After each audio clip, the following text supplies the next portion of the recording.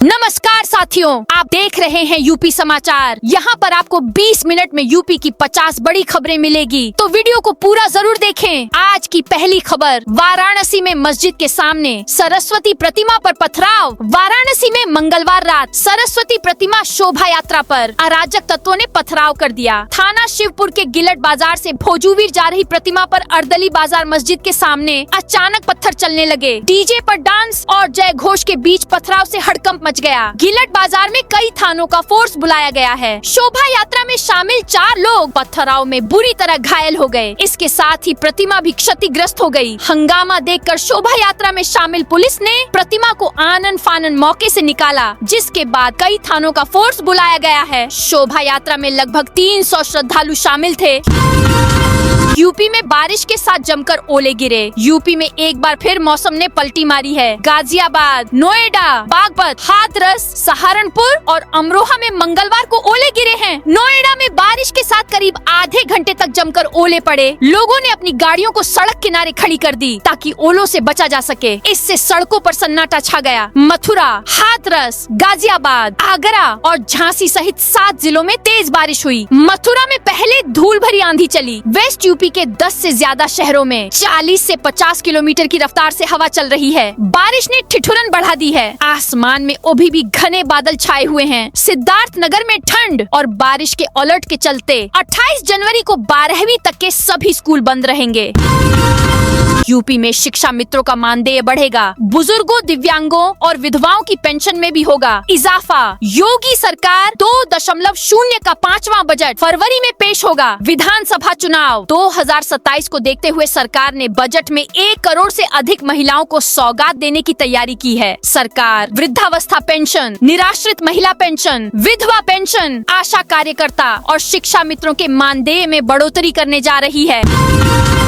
UP Nepal border पर स्कूलों के नाम पर अवैध मदरसा चला रहे मान्यता नहीं है। प्राइवेट स्कूल की मान्यता लेंगे ताकि साथ में दीनी तालीम, कुरान की पढ़ाई भी दे सके। यहाँ के कई लोग सऊदी में हैं। वे अपने घर पर पैसा भेजते हैं, फिर उनके परिवार वाले यहाँ जकात चंदा दे जाते हैं। ये कहना है यूपी नेपाल बॉर्डर पर अवैध मदरसा चलाने वालों का। यहाँ बीते साल अप्रैल से जून तक यूपी सरकार ने 542 अवैध मदरसों पर बुलडोजर चलाया और उन्हें बंद करा दिया, लेकिन 500 से ज्यादा मदरसे फिर खुल गए। अब अवैध का टैग खत्म करने के लिए प्राइवेट स्कूल के नाम से रजिस्ट्रेशन कराने की तैयारी है, जिससे स्कूल की आड़ में मदरसा चलाया जा सके। इन अवैध मदरसों को जकात के नाम पर विदेशी पैसा भी मिल रहा है। पीएनबी मंडल कार्यालय के बाहर दिन भर धरना। आज केंद्रीय श्रम मंत्रालय के आह्वान पर देश भर में बैंक कर्मचारियों ने हड़ताल की। यह हड़ताल UFBU United forum of bank unions के बैनर तले हुई। कानपुर इकाई के कर्मचारियों ने पीएनबी मंडल कार्यालय के सामने सुबह 10 बजे से शाम 5 बजे तक धरना प्रदर्शन किया। आगरा में एडीए देगा स्पोर्ट्स को बढ़ावा। आगरा विकास प्राधिकरण एडीए शहर में स्पोर्ट्स को बढ़ावा देगा। मंगलवार को 151वीं बोर्ड बैठक में इस पर मंथन हुआ। मंडलायुक्त शैलेंद्र कुमार सिंह की अध्यक्षता में हुई बैठक में इंटरनेशनल इंडोर स्टेडियम पर चर्चा हुई, वहीं इंटरनेशनल स्पोर्ट्स स्टेडियम पर सहमति बनी है। यूपी में 5 डे वर्किंग के लिए बैंकों में हड़ताल। बैंकों में 5 डे वर्किंग की मांग को लेकर पूरे यूपी में 27 जनवरी को शाखाओं में हड़ताल रही। 4 दिन लगातार छुट्टी के बाद मंगलवार को 5वें दिन भी बैंक बंद रहे। United forum of bank unions UFBU के आह्वान पर मंगलवार को देश भर के साथ लखनऊ में भी बैंक कर्मियों ने राष्ट्रव्यापी हड़ताल की।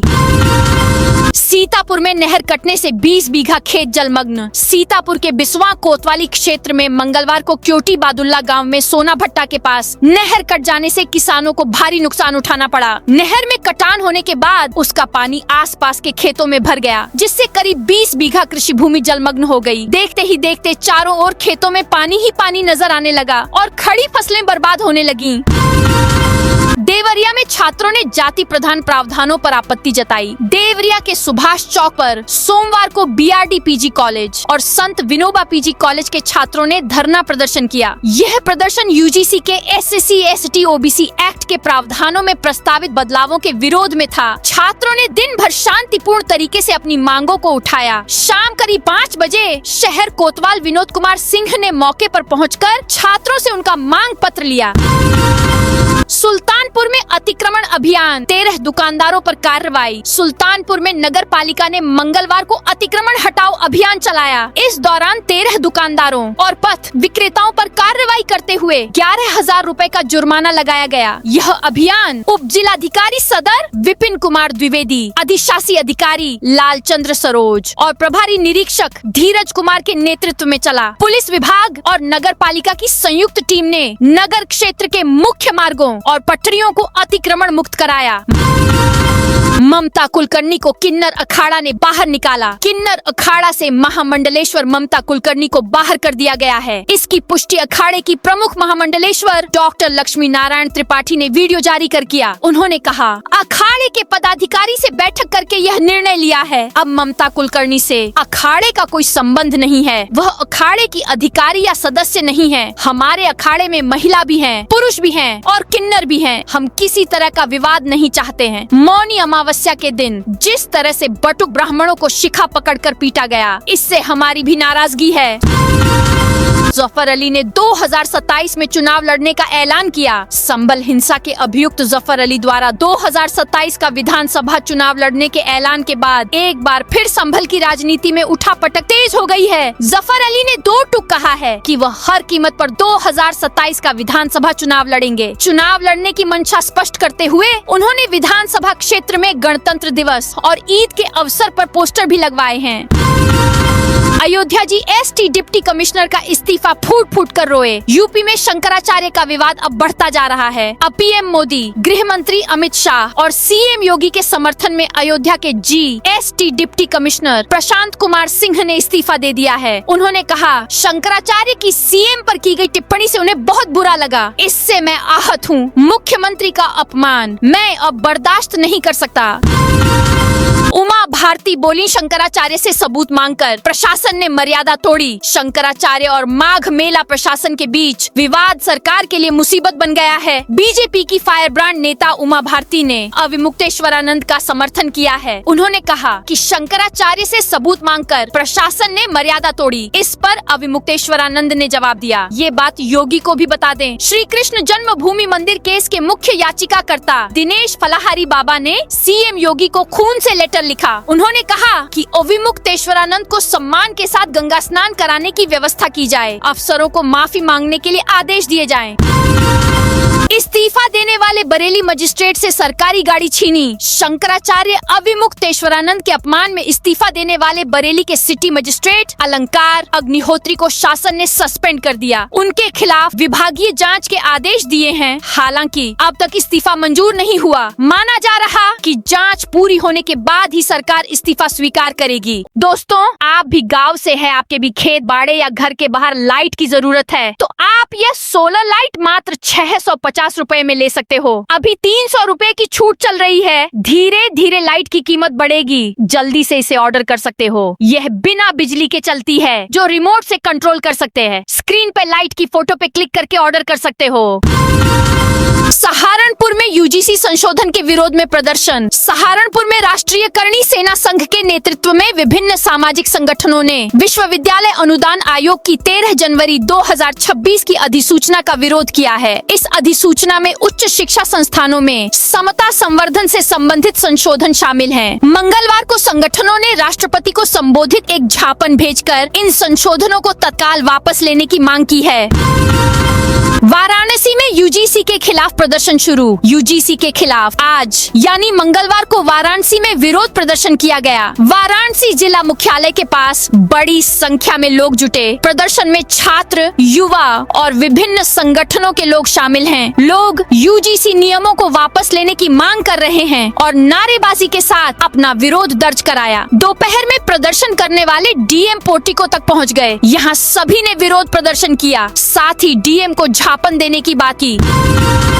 योगी के सामने रवि किशन बोले, हमको पगलाओ मत। मुख्यमंत्री योगी आदित्यनाथ मंगलवार को गोरखपुर में विपक्ष पर जमकर बरसे। विकास के काम गिनाते हुए कहा, इससे परिवारवादी परेशान हैं। वो साजिश कर रहे, लेकिन दंगा करने वाले बिल में घुस चुके हैं। जो नहीं घुसे हैं उनकी नाक पकड़कर घुसा दिया जाएगा। रवि किशन ने गोरखपुर मेयर डॉक्टर मंगलेश श्रीवास्तव की चुटकी ली। वे मंच पर आए तो कहा, हमारे मेयर साहब कुछ बचाए नहीं, सब कुछ बोल दिए। अगर कोई भाषण देता है तो पीछे भी पलट कर देखना चाहिए है। कि हमारे बाद कौन कौन भाषण देने वाला है।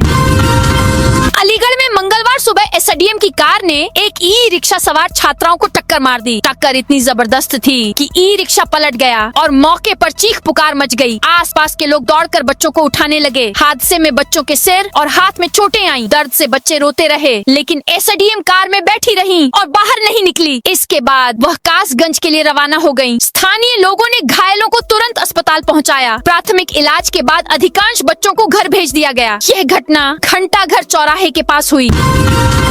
एआई पर लखनऊ में 290 शिक्षाविदों का मंथन। एआई के बढ़ते प्रभाव पर लखनऊ में 290 शिक्षाविद मंथन कर रहे हैं। इसमें यूपी के विश्वविद्यालयों के कुलपति भी शामिल हुए हैं। यह ग्रैंड सेमिनार राज्यपाल आनंदीबेन पटेल के आह्वान पर आयोजित किया जा रहा है। डॉक्टर एपीजे अब्दुल कलाम प्राविधिक विश्वविद्यालय में 27 जनवरी से 2 दिवसीय सेमिनार शुरू हुआ।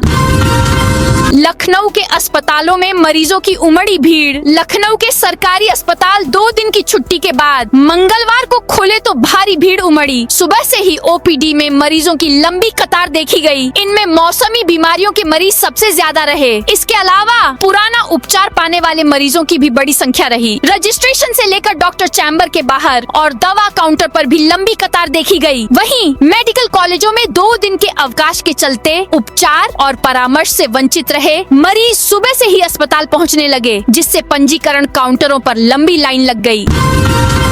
अस्पतालों में 30% मरीजों का टीबी चेकअप अनिवार्य। स्वास्थ्य कार्यों की समीक्षा करते हुए जिलाधिकारी ने अस्पतालों को महत्वपूर्ण निर्देश दिए। उन्होंने निर्देशित किया कि सरकार की गाइडलाइन के अनुसार सभी अस्पतालों में आने वाले कुल मरीजों में से 30% का टीबी चेकअप अनिवार्य रूप से सुनिश्चित किया जाए। इस संबंध में समय समय पर जाँच की जाएगी और गाइडलाइन का पालन न करने वालों के खिलाफ आवश्यक कार्रवाई की जाएगी।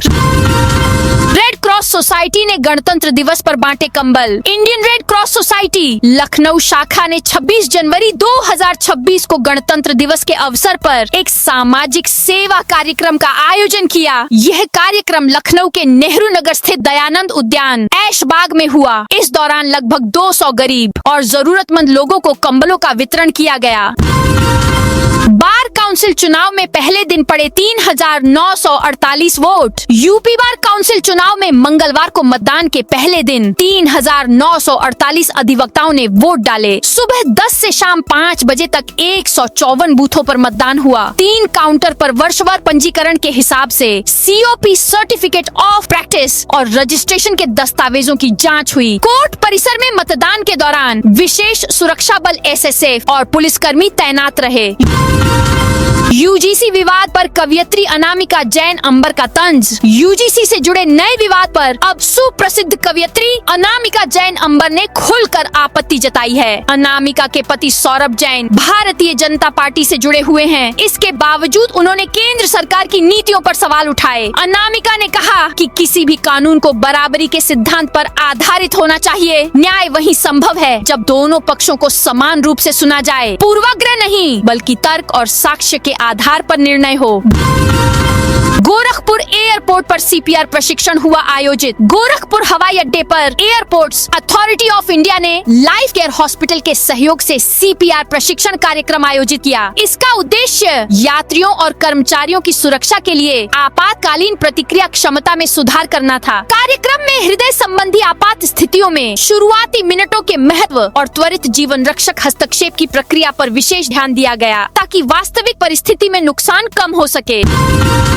ताजमहल को तेजो महालय बताने वाले केस की सुनवाई टली। योगेश्वर श्री कृष्ण जन्मस्थान सेवा संघ ट्रस्ट द्वारा दायर केस संख्या 197/2024 भगवान तेजो महादेव बनाम सचिव संस्कृति मंत्रालय भारत सरकार की आज सुनवाई कोर्ट में नहीं हो पाई। वादी के अधिवक्ता अजय प्रताप सिंह ने बताया कि माननीय न्यायालय रिक्त होने के कारण आज सुनवाई टल गई और अगली तारीख 20 फरवरी 2026 निर्धारित कर दी गई है।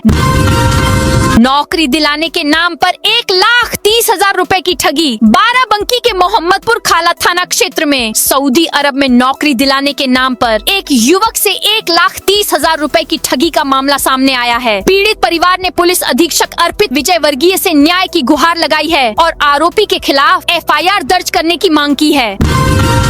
बड़ा गांव के प्रभारी चिकित्सा अधिकारी को वाराणसी सीडीओ की फटकार। वाराणसी के बड़ा गांव वन का प्रभारी चिकित्सा अधिकारी को जिला स्वास्थ्य समिति की बैठक में सीडीओ प्रखर कुमार सिंह ने कड़ी फटकार लगाई। यह फटकार आयुष्मान कार्ड कम बनने पर लगाई गई और उन्हें कड़े निर्देश देकर इसकी व्यवस्था सुदृढ़ करने को कहा। सीडीओ ने मंगलवार को जिला स्वास्थ्य समिति की बैठक की, जिसमें राष्ट्रीय स्वास्थ्य मिशन एवं अन्य राष्ट्रीय स्वास्थ्य कार्यक्रमों के अंतर्गत चल रही योजनाओं की समीक्षा की और उनकी प्रगति जानी।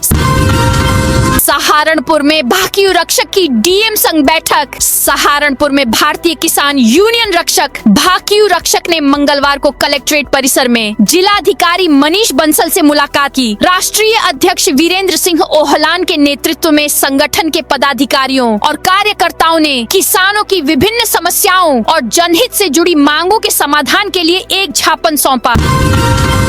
किसानों ने जमीन देने से इनकार किया, घंटों हंगामा। मंगलवार को कल्याणपुर आवास विकास कार्यालय में किसानों ने धरना प्रदर्शन किया। किसानों का कहना है कि आवास विकास जबरन उसकी जमीनों का अधिग्रहण करना चाह रहा है। सभी किसान अपनी जमीन नहीं देना चाह रहे, उसके बाद भी आवास विकास जबरन जमीन लेना चाह रहा है। इसके विरोध में सभी किसान आज धरने पर बैठ गए।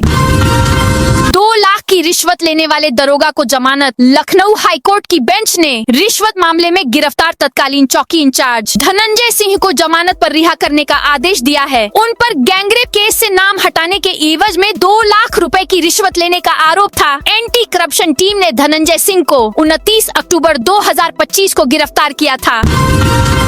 यूपी T20 में 2 टीमें बढ़ेंगी। कानपुर में होगी नीलामी। उत्तर प्रदेश क्रिकेट के प्रशंसकों के लिए एक बड़ी खुशखबरी सामने आई है। इंडियन प्रीमियर लीग IPL की तर्ज पर धूम मचाने वाली यूपी T20 लीग के चौथे सीजन की तैयारी अब आधिकारिक तौर पर शुरू हो गई है। मंगलवार को कानपुर के ऐतिहासिक ग्रीन पार्क स्टेडियम में लीग के स्थायी कार्यालय ऑफिस का भव्य शुभारंभ किया गया, जो अब इस पूरी लीग की गतिविधियों का मुख्य केंद्र होगा।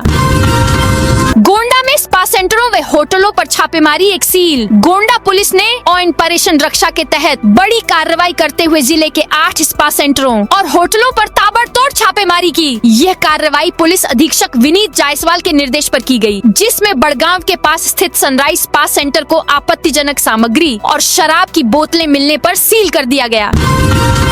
कोडीन कफ सिर्फ आरोपी शुभम सिंह की संपत्ति फ्रीज। गाजीपुर पुलिस ने मादक पदार्थों के अवैध कारोबार के खिलाफ बड़ी कार्रवाई करते हुए करीब 1 करोड़ 85 लाख रुपए मूल्य की अचल संपत्ति को अस्थायी रूप से फ्रीज कर दिया है। यह कार्रवाई कोडीन कफ सिरप तस्करी से जुड़े एक मामले में सेफीमा एक्ट के तहत की गई है। पुलिस के अनुसार यह संपत्ति नशे के अवैध कारोबार से अर्जित धन से खरीदी गई थी। पुलिस अधीक्षक के निर्देश पर चलाए जा रहे अपराध एवं अपराधियों के विरुद्ध अभियान के तहत यह कार्रवाई की गई है।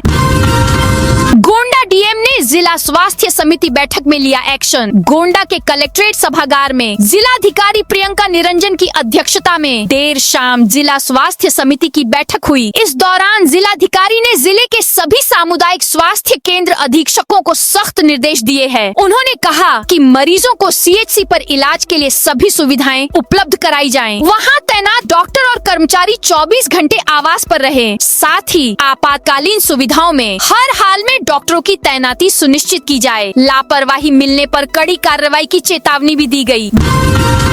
बोतल बंद पानी बेचने वाली 8 कंपनी की क्वालिटी गड़बड़। कानपुर में बोतल बंद पानी बेचने वाली कंपनियां खराब पानी बेच रही हैं। यह जानकारी जांच के बाद सामने आई है। 8 ऐसी कंपनी मिली है जिसका बोतल बंद पानी खराब क्वालिटी का है। उनके खिलाफ एक्शन शुरू किया गया है। शहर और आसपास संचालित पैकेज ड्रिंकिंग वाटर के प्रोसेस यूनिटों के विरुद्ध सघन निरीक्षण अभियान चलाया गया। खाद्य सुरक्षा अधिकारियों की टीम ने कुल 26 यूनिटों का निरीक्षण किया। इसमें 10 यूनिटें बंद पाई गयी। निरीक्षण में जो 16 कंपनियां चलती मिली हैं, उनमें से 8 के पानी की क्वालिटी गड़बड़ मिली।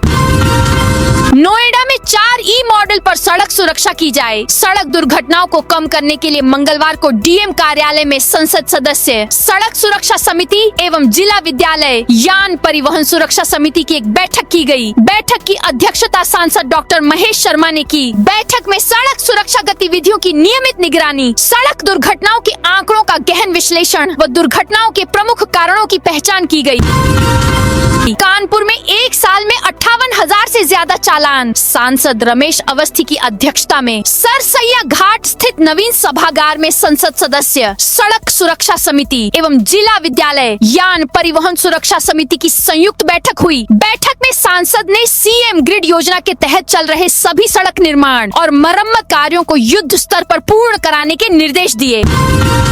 कानपुर में हर रविवार गंगा सफाई अभियान चलेगा। आज का युवा और समाज प्रकृति से लगातार दूर होता जा रहा है, जिसका असर मानसिक और शारीरिक समस्याओं के रूप में दिखाई दे रहा है। मानव शरीर और प्रकृति दोनों ही पंचतत्वों से बने हैं। इसी संतुलन को दोबारा स्थापित करने और युवाओं को जल व प्रकृति से जोड़ने के उद्देश्य से शुरू किए गए युवा गंगा फेस्ट के तहत रविवार को सरसैया घाट पर व्यापक स्वच्छता अभियान चलाया गया। गोरखपुर में बिशप डोमिनिक कोक्कट को अंतिम विदाई। गोरखपुर में रविवार को उत्तर प्रदेश के कैथोलिक डायोसीस के संस्थापक बिशप डोमिनिक कोक्कट का 94 साल की उम्र में निधन हो गया। एक दिन तक उनके पार्थिव शरीर को सेंट जोसेफ्स चर्च के कैथेड्रल में रखने के बाद आज उनको अंतिम विदाई दी गई। सपा प्रतिनिधि मंडल 28 जनवरी को चित्रकूट पहुंचेगा। चित्रकूट के बरगढ़ गांव में 13 वर्षीय आयुष केसरवानी की अपहरण के बाद हुई हत्या के मामले में समाजवादी पार्टी सक्रिय हो गई है। पार्टी के राष्ट्रीय अध्यक्ष अखिलेश यादव के निर्देश पर सपा का एक प्रतिनिधि मंडल 28 जनवरी 2026 को चित्रकूट पहुंचेगा। यह घटना मऊ मानिकपुर विधानसभा क्षेत्र के अंतर्गत ग्राम बरगढ़ की है, जहां शुक्रवार को अशोक केसरवानी के पुत्र आयुष केसरवानी का अपहरण कर हत्या कर दी गई थी। प्रतिनिधि मंडल पीड़ित परिवार से मिलकर उन्हें सांत्वना देगा और घटना की जानकारी लेगा। गणतंत्र दिवस की झांकियों में LDA की झांकी नंबर 1। गणतंत्र दिवस के अवसर पर राजधानी लखनऊ में निकली भव्य झांकियों ने देशभक्ति, विकास और सांस्कृतिक चेतना की शानदार झलक पेश की। झांकी प्रतियोगिता में लखनऊ विकास प्राधिकरण की झांकी को पहला स्थान मिला। वहीं जन भवन पूर्व में राजभवन की वंदे मातरम थीम पर आधारित झांकी दूसरे, जबकि सूचना एवं जनसंपर्क विभाग की झांकी तीसरे स्थान पर रही। लखनऊ प्राणी उद्यान को मिला नया निदेशक नवाब वाजिद अली शाह प्राणी उद्यान। लखनऊ में स्थित प्राणी उद्यान के प्रशासनिक ढांचे में बदलाव किया गया है। प्राणी उद्यान की निदेशक रही IFS ओदिति शर्मा के स्थान IFS पर संजय कुमार विश्वाल ने मंगलवार यानी कि 27 जनवरी को औपचारिक रूप से नए निदेशक के रूप में कार्यभार ग्रहण कर लिया। तो दोस्तों, यह थी आज उत्तर प्रदेश के सभी जिलों की दिन भर की ताजा और बड़ी खबरें।